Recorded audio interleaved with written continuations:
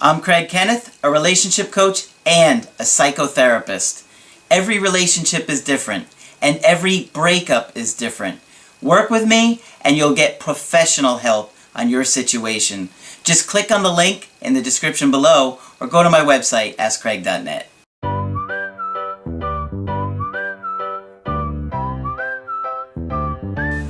Hi there, I'm Coach Craig Kenneth.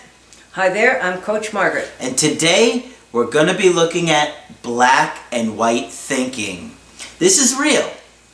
And you may have known somebody who thinks in a very black and white kind of way. They don't see the gray. They don't see all of the in-between. It's either one or the other. Nothing in between. And there's a reason for that. And we're going to help you understand it because it's a really complex and complicated thing that somebody is like this. It just doesn't happen overnight.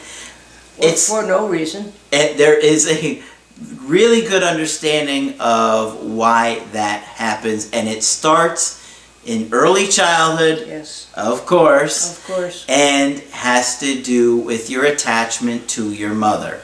So, Margaret, why don't we talk a little bit about what causes that black and white type thinking? Okay, well, let's start with normal. God knows that's a concept we don't discuss often. Excuse me. In a normal mother-baby relationship, the baby feels very secure, and that comes from feeding and changing regularly, not being left to cry, whatever Dr. Spock said. He said to let them cry. He was wrong. Yeah. But if you're picked up enough and fed and changed often enough and interacted with, cooed at and smiled at and all those things, you're going to grow up healthy. When you begin to get toward the terrible twos and the all-loving mother of that first year of life starts to make demands on you, it makes a baby have the normal human emotion of anger for the first time. Mm-hmm. Now, this woman who used to pick me up and cuddle me all the time is saying, I can't touch this vase here because I might break it. Where's that coming from? Mm-hmm. What's that about? And you don't get picked up often enough. If the baby is not securely attached to mom, and they start to get angry at mom, which is normal, they can see mom back away from them a little bit, like if they have a temper tantrum or whatever they do. Mm-hmm.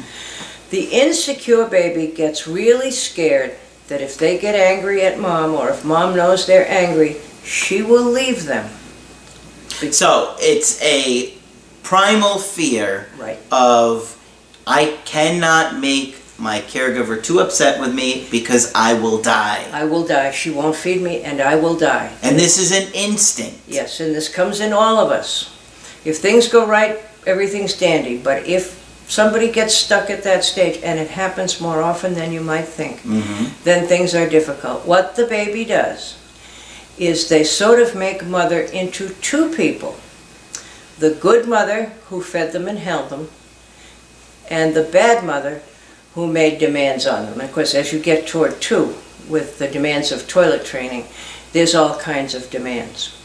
So because the baby can't risk having mom pull away, they make this other dark, bad mother who gets the anger. Mm-hmm. Okay? Because they're terrified. They have anger, but they're afraid if I use my anger towards her, I could die. It's like they're risking their life in their mind. Absolutely. Right? It feels like you're risking your life. And in some cases you can be, yeah, if you get a crazy enough family. But Craig just said a few minutes ago, and he's right, how do we know all this?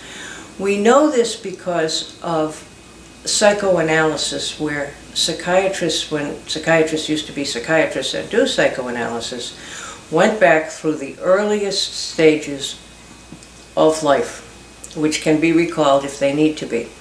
So we got some of it from them.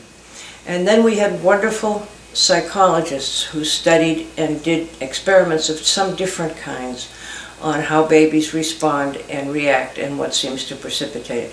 So years and years of research have gone into this. It's not like people come into the office and say it, but sometimes people get to a point where they can say it. Mm-hmm. But there are many people in this world who see the world in black and white terms, the same way they viewed their mother, and there's no gray, and their lives are difficult. And so if you're dating somebody who has this kind of mentality, it's because they don't feel safe in relationships. Right. They've never felt safe in relationships. Never have they felt safe in a relationship, right? And in one of the books I have, if it would be useful, give me the feedback and I'll be happy to share it with you, is the difference between a baby being left in a crib who is a secure baby and a baby being left in a crib who is not a secure baby. And it sort of tells it from the baby's point of view. And it's somewhat difficult to listen to, particularly if you're the sad baby, but it's very useful because we don't know how babies think, really, not unless we've spent a lifetime trying to figure it out. Yeah. And so you want to talk a little bit about what happens with the thinking and them not, when somebody has a difficulty with holding their mother in a safe place in their mind. The way most of us have learned to comfort ourselves, and there's a lot of talk these days about self-soothing, but the way we really do it, which is long forgotten, is that we probably call up somewhere in our head a picture of mother and or the sound of her voice, because that was the original comforting we got to keep us from anxiety or even anger.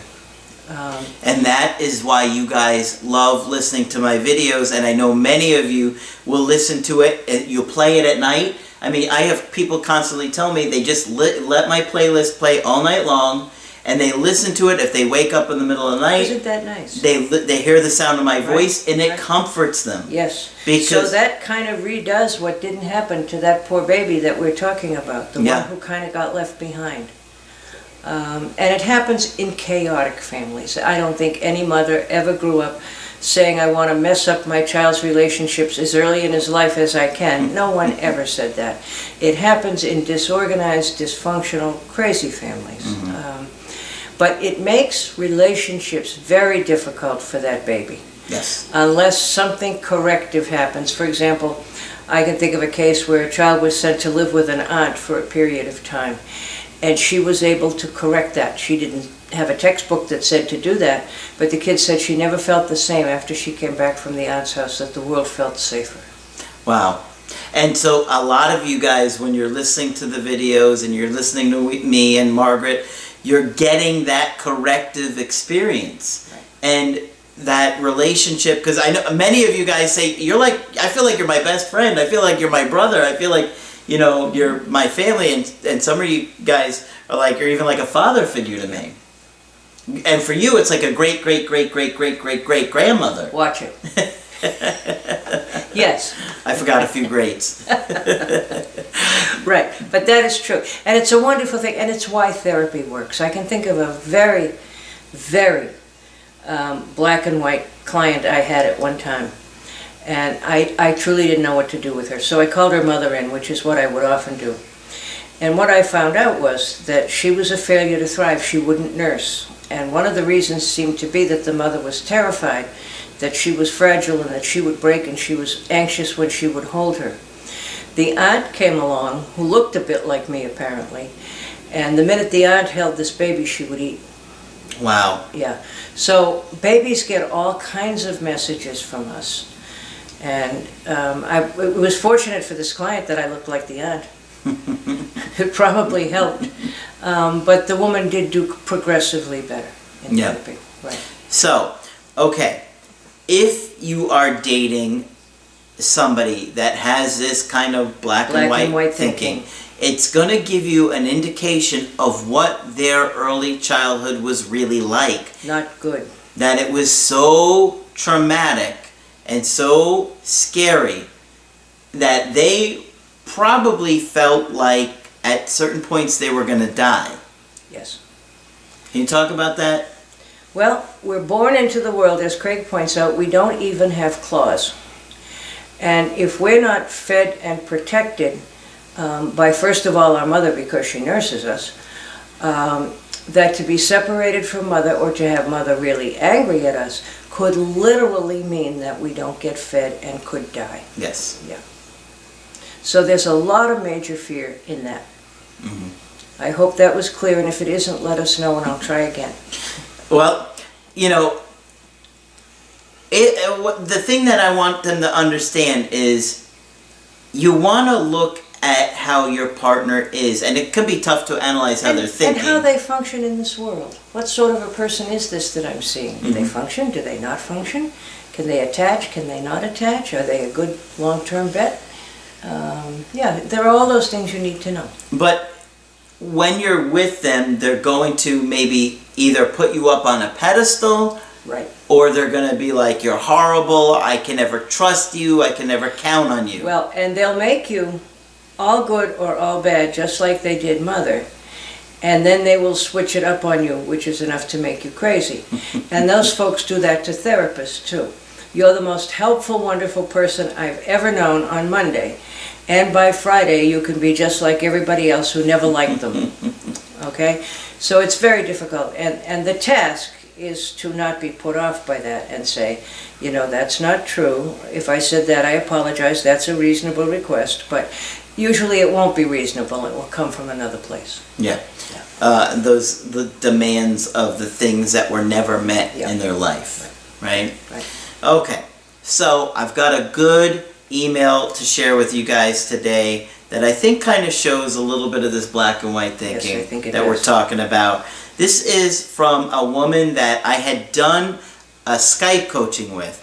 And then afterwards we did this email coaching, okay? So I know her story, I know what happened, and I know details on what's going on here because like I said, I did a Skype with her first.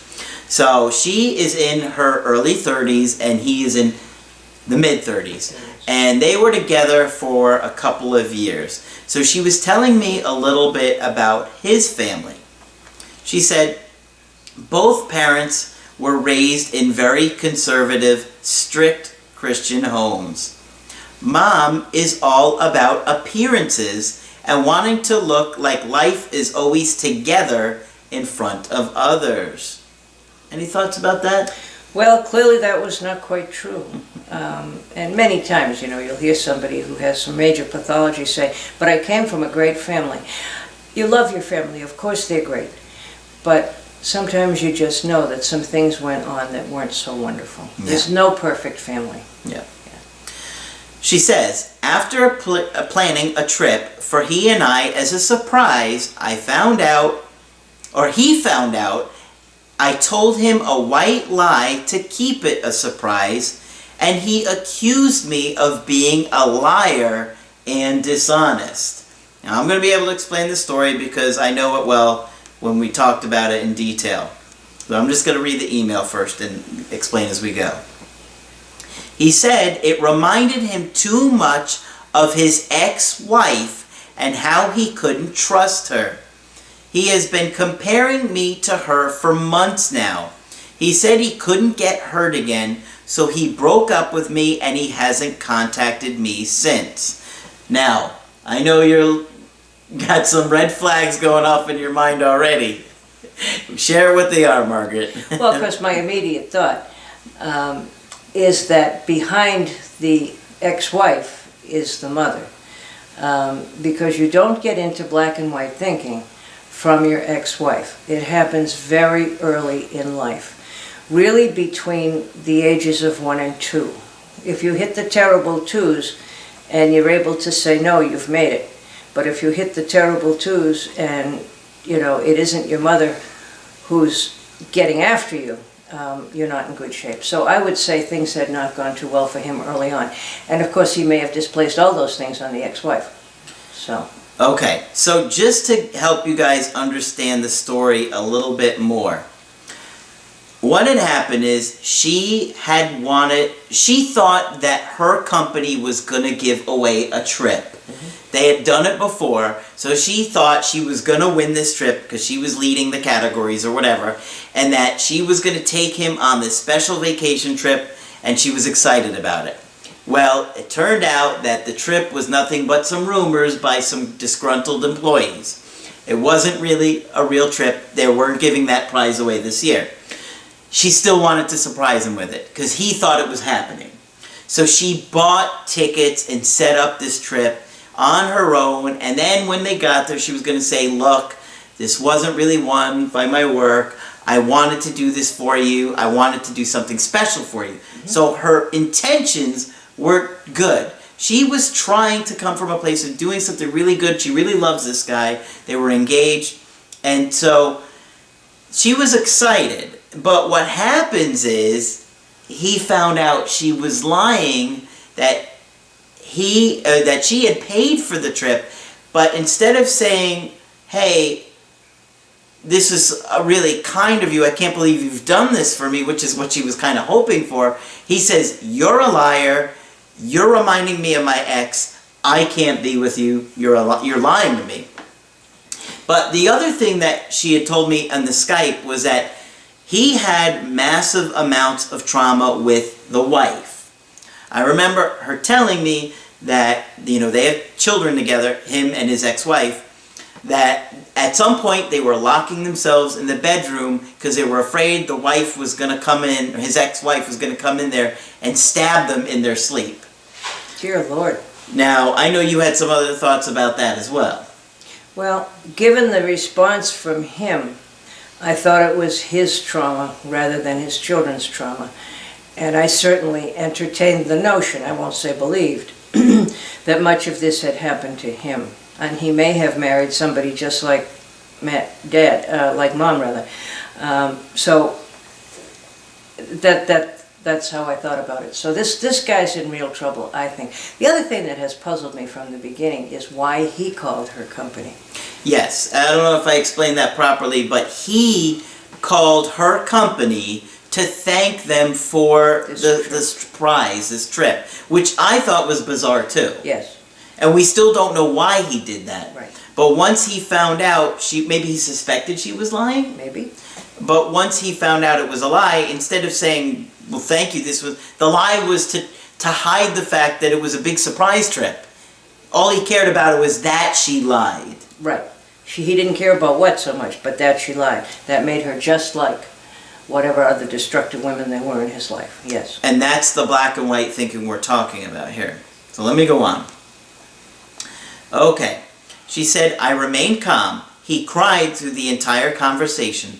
I only cried a few times. I reminded him that I'm not his ex and he can't keep comparing me to her. Good for her for saying that. That's right. That does happen. She says, until the end when he said I lied, he said he felt I wasn't open with him like he was with me, even though I felt I was. He said he had a difficult time reminding himself that I'm not his ex and trying to punish me for what she did. He said that? Yes. Good for him. Alright, so there's a little bit more here. She says, after I spoke with you on our Skype, I had an appointment with my normal therapist that afternoon. I discussed everything that had happened and I felt that I wasn't heard by my ex at the end. He suggested making a short video clip to send him explaining the details of our trip and why I kept it a surprise and that it was meant to be good, not bad. It was a gift and explaining that I understood he wants space and I won't contact him anymore. I'll wait for him to contact me. I know you told me his actions during the breakup weren't really about me, but rather about his trauma that he hasn't dealt with from his past marriage. Mutual friends of ours from church said on Sunday he came up to them and said, you know, me and, let's call her Sally, me and Sally broke up, right? Like we're broken up, like not getting back together, and I have my reasons, I just don't want to talk about them. So I think she was probably pretty shocked to hear that. She said, that hurt so bad to hear. That video clip I sent Friday evening, I deleted it yesterday, was very calm and executed nicely, I believe. It had a counter on it, and I noticed he watched it multiple times and 6 times on Sunday alone. Why would he keep watching it over and over if he's mad at me? Do you think he's mad at me? Do you think that what he said to our friends is true? That we're never getting back together? Do you think it's hopeless? I haven't contacted him and he hasn't contacted me. But she sent him the video, so she did contact him. Well, I mean, she means since then. Yeah. Well, I think he's watching this video because I think he's probably trying to take it in. Right. And he's really probably processing it, trying to understand a different perspective here. Mm-hmm. But it's probably a real struggle. Yep. Because if he sees it as black and white. For him, it's done. It's over. The minute there's a conflict in a relationship, big or little, it's over. It's done. You're no longer safe. Mm-hmm. You're like the people who hurt me. Yeah. Do we think he's mad at her? Oh, I'm sure he thinks he should be mad at her, yeah. Mm. I mean, I keep wondering if he would have been upset about the money, but we just don't know any of those things. We just don't know. But let's also remember that they had a date to marry before. Well, they were planning on getting married until this happened. Right. So this was what set it off. Okay. Okay. Do we think that what he said to our friends is true? Like they broke up, and that they're not getting back together, and he has his reasons? Well, yeah, I mean, I think he meant that at the time, for sure. But he said he didn't want to talk about it, but then said, I have my reasons. Mm-hmm. So. Do you think that in his mind we're never getting back together? He could change his mind. He could change his mind. People do. But I think it's going to be a struggle for him. It's going to be a struggle, and if he's going to manage a relationship, he's going to really need some therapy. Yes. And people think surprises are wonderful, but for many, many people in this world who have even a minor trauma history, surprises are not a good thing. They bring about terrible anxiety. Surprise birthday parties, I can't tell you how many people I've seen who were terribly upset. The element of surprise is not fun if you have had a difficult life, because it's been unpredictable, and so is this. Interesting. Yeah. So she asks, do you think it's hopeless? I haven't contacted him and he hasn't contacted me. Well, I wouldn't say it's necessarily hopeless because I don't think she did anything that bad. And if you're honestly, how is it going to work as a long-term relationship if he is really willing to walk away from an engagement because of this? Right. And the other thing is, his ex-wife is still living in their house, metaphorically. In his house. Well, in yeah, here. yeah. But apparently she's still quite present for him. And, it's very hard to get out those ghostly third parties. They won't leave. When you open the door and try and kick them, they just sort of vaporize, Yeah, I think the thing is that, he was constantly comparing her to the ex-wife. I mean, she would be washing the dishes and he would be like, why are you staring off into space when you wash the dishes? And she'd be like, what? And he'd be like, that's what my ex-wife did. Well, she can't run her life around your ex-wife. Mm-hmm. And if he was having difficulty telling them apart, he really needs some help, or if he wants a successful relationship. And as you're suspecting, and as I'm suspecting as well, the ex-wife probably reminded him of the mother. That would be my best guess. Uh-huh. And so, ironically, it would still be difficult for him to get angry at his mother, so he's going to use the ex-wife. So there's the splitting literally repeated. You want to explain that a little bit more? Okay. Let's remember that this guy, in the first place, we would speculate, kind of manufactured a bad mother that he could be mad at. Okay? Because he didn't feel secure enough to be mad at his good mom, because he didn't want her to leave him.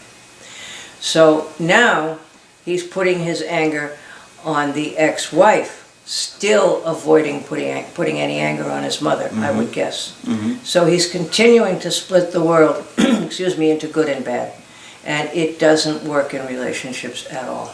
No, I mean, how are they supposed to have a healthy relationship? But I mean, if you couldn't get angry at the people in your life whom you love and get over it, then nobody would have relationships that lasted for any length of time at all. I don't like what you said yesterday on the phone, Craig, and so I'm never speaking. I'm going to go work with Joe. Yeah. Go work with Joe. I've worked with Joe, and I would never work with Joe again. But, and we don't mean to make light of it, but sometimes you have to. But yeah, the all or nothing, and the relationship is over if you move your eyebrow the wrong way. Who can live with that? okay? Yeah. And so I think he's got massive amounts of trauma. I do too. You do, of course. And so unless he deals with that, it's gonna keep coming up, and he's gonna keep saying you remind him of his ex-wife, who reminds you of his mother. And how can you be with somebody who's gonna be And like she's that? blaming herself. She's saying, what did I do so wrong? I meant it to be nice. But he thinks she has a script of what his ex-wife would have done, and she's doing it, I think, to push him away. It won't work. Yeah. Yeah. Yeah, I think he is gonna keep pushing her away. Yeah. Until he really deals with the issue, which is the real trauma. Yeah, and you can be angry at people and get over it. Otherwise, who'd be married ever? Right? Absolutely. So yeah, he's got his troubles. And she's doing what most people do in that situation. What did I do wrong? Yeah. Well, staring out into space while doing the dishes. Hey, you do the dishes, and let's see if you stare out into space. Yeah. I mean, did she lie? Yeah. But why? To plan a nice trip. Surprise for him, yeah. A nice vacation. Yeah. I mean, if you're planning on, Margaret, I don't mind you lying to me if you want to fly me out to Hawaii. Okay. So, I know, I just want to put that out there. But I feel bad for her because she is beating herself up. She's beating herself up. She has a lot of guilt, and I don't think she needs to. Come on, I mean, I don't think you walk away from somebody you love over something like this. Over somebody else. Really. He's not seeing her as a real person, I don't think. He's seeing her as the ex-wife, and again we say possibly the mother. Yeah. All right, so a lot going on there, and hopefully he'll get himself some help, and maybe they can work through it. I mean, I don't think it's hopeless. I think he probably is rethinking what's going on here, but he's probably going to need some time. And few things are hopeless. Some will take some time. But if people are really willing to work, and that's the key, there are many things that can be resolved. Yeah. Okay, so that's it for this video. I'm Coach Craig Kenneth. If you want to get my help personally, just go to my website, askcraig.net, sign up for the coaching option that works best for you. I do email coaching, I do Skype coaching. If you want to get with me right away, I do offer emergency Skype coaching. Take a look on the website for Margaret also. I will be there shortly, and I look forward to talking with you. And we will talk with you soon.